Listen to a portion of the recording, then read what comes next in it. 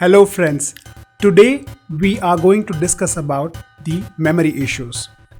Do your kids find it difficult to concentrate during their exam time? Or you face it difficulty placing the names on the faces? And when you're going for shopping, you have to make a list every time?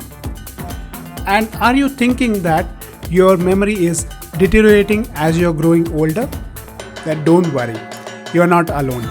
We will discuss a little more about all these memory issues and some of the interesting facts and how you can increase your memory power in the video. Be with me until the end. And if you're still not subscribed to my channel Rave Your Life with Rahil, please go hit the subscribe button and the bell icon.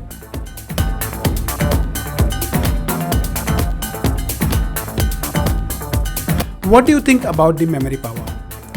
Can it be increased or can it be restored?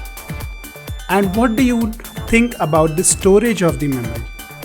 Is it limited or is it limitless? Fortunately, in science, they have not put any limit to it. And it is limitless. And it is spectacularly plastic in nature. That means it is developing every day until the lifetime.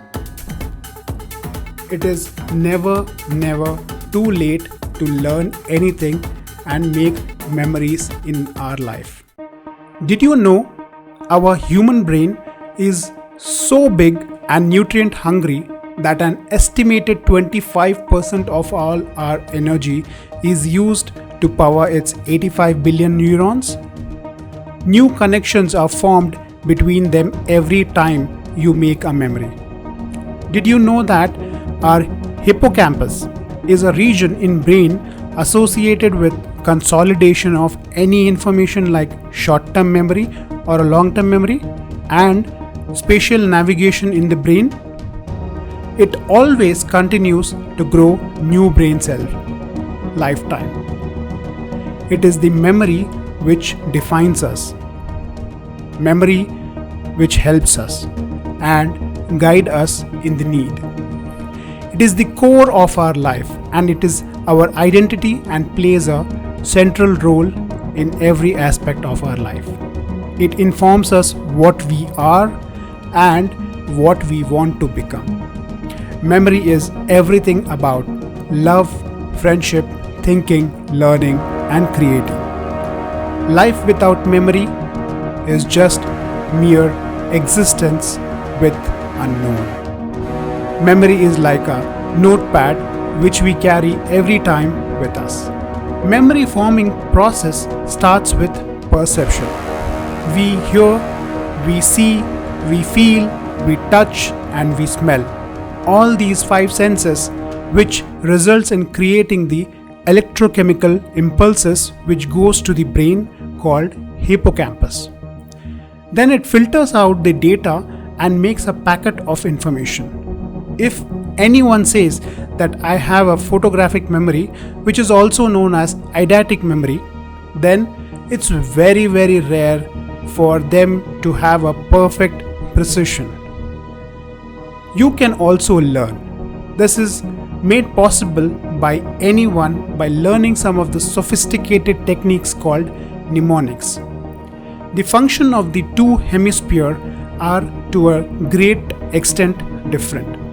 Whereas the left hemisphere is responsible for speech and abstract thinking in most people, the right hemisphere is usually responsible for spatial thinking or imagery.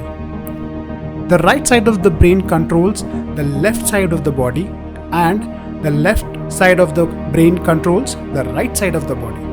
This means that damage to the left hemisphere due to a stroke can lead to paralysis on the right side of the body. You can also stop this video here and look at this image for 2 minutes. See all the details with the minutest of this image.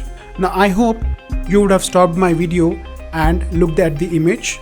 Now take a paper and a pen, write down your answers.